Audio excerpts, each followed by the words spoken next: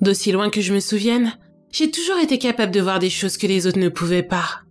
Je me rappelle encore le moment de mon enfance, où pour la première fois, j'ai eu ma propre chambre, et où les ombres des créatures inconnues venaient me hanter. Ou peut-être que c'était simplement dans ma tête. Tout ce que je savais, c'est que je voyais des choses, et que pour moi, elles étaient réelles. Malheureusement, personne à part moi n'était capable de les voir, ni de les toucher. Je n'arrête pas de me rejouer tous les souvenirs intrigants que j'ai dans la tête. Comme par exemple, les fois où je voyais la porte de mon placard s'ouvrir doucement, et s'arrêter juste avant que je ne puisse voir ce qui l'avait poussé. Mais bon, c'est vrai que ce n'était pas facile de voir grand-chose avec seulement un œil à moitié ouvert, de peur que ce qui poussait la porte ne se décide réellement à se révéler. Au fur et à mesure que je grandissais, ma capacité de voir ces choses a évolué, et j'ai commencé à ressentir leur présence, et même sentir leur odeur. L'odeur que ces créatures dégageaient n'était pas plaisante, car elles sentaient comme la mort elle-même. J'ai commencé à m'habituer à leur présence, et mon sixième sens, comme j'aimais l'appeler, ne faisait que se décupler. J'arrivais même à différencier tous les êtres selon l'aura qu'ils dégageaient, mais aussi grâce à la place qu'ils prenaient dans l'espace. Malgré tout, peu importe à quel point ma capacité s'affinait, je ne pouvais pas les entendre. Je n'aimais pas du tout ça. Je savais qu'ils étaient là, j'en étais persuadée. Mais le simple fait d'être dans l'incapacité d'entendre le moindre son qu'ils faisaient me terrorisait au plus haut point. Comment est-ce que c'était possible que ces choses soient capables d'accomplir autant d'actes sans faire le moindre bruit? Ça me rendait complètement folle. Rapidement, les gens ont commencé à remarquer mon état constant de ce qu'ils qualifiaient de paranoïa. Et ils m'ont conseillé d'aller me faire soigner par un psychologue. Je savais que je n'étais pas malade, mais simplement prudente. Il fallait que je garde constamment mon attention fixée sur mes sens et sur mon environnement. Vu que je ne pouvais pas les entendre, j'avais peur qu'ils se rapprochent de moi discrètement pendant que j'étais distraite et qu'ils me fassent des choses horribles. Je ne savais pas quoi exactement, mais je ne voulais pas que ça m'arrive. Qui sait, peut-être qu'ils auraient essayé de me transformer en l'un des leurs, peut-être que c'était des démons qui voulaient traîner mon âme jusqu'aux profondeurs des enfers, ou peut-être qu'ils étaient des anges de la mort, essayant de m'ôter la vie. Vu que je ne voulais pas aller consulter, ma famille m'a traîné jusqu'au bureau du psychologue, qui ressemblait plus à un appartement qu'autre chose. Le rendez-vous a été rapide. Il m'a posé plein de questions sur ma vie, et il m'a demandé d'exprimer ce que je ressentais à propos de la situation dans laquelle j'étais. Je lui ai tout raconté, sur mes expériences passées, ainsi que sur les créatures qui me hantaient. Dire à un psychologue qu'à 25 ans, on a une longue expérience sur le fait de pouvoir voir des créatures que personne d'autre ne pouvait voir, n'était pas de bon augure comme vous pouvez vous en douter.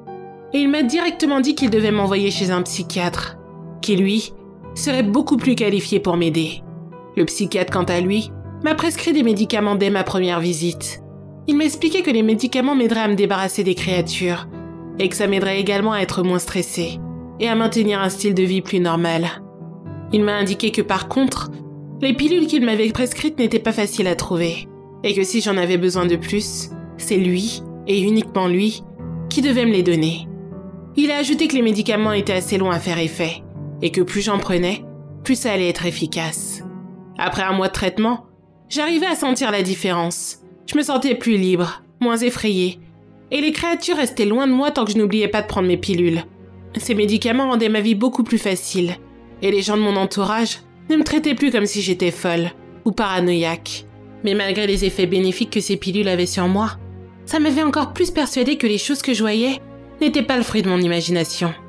Je savais qu'ils étaient réels, et qu'ils attendaient simplement que j'arrête de prendre mon traitement, en patientant dans la noirceur de mon ignorance, et dans le silence dans lequel ils avaient toujours été.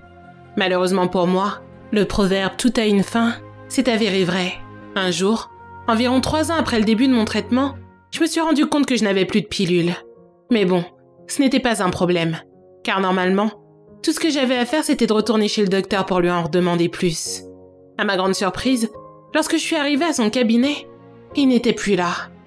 Il avait tout simplement disparu.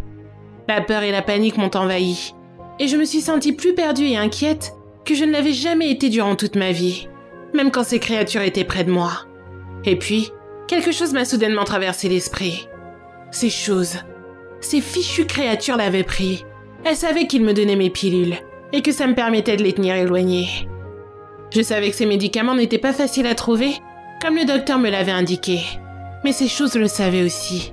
Il fallait que je trouve ces pilules à tout prix, peu importe ce que ça me coûterait. Sinon, elles allaient finir par refaire leur apparition, tôt ou tard. Des jours se sont écoulés, et petit à petit, je me suis mise à les revoir à nouveau. Par chance, les créatures revenaient lentement, comme si elles prenaient le temps de réapparaître dans ma vie. J'arrivais à les voir du coin de l'œil, tapis dans l'ombre, comme pour se cacher de moi.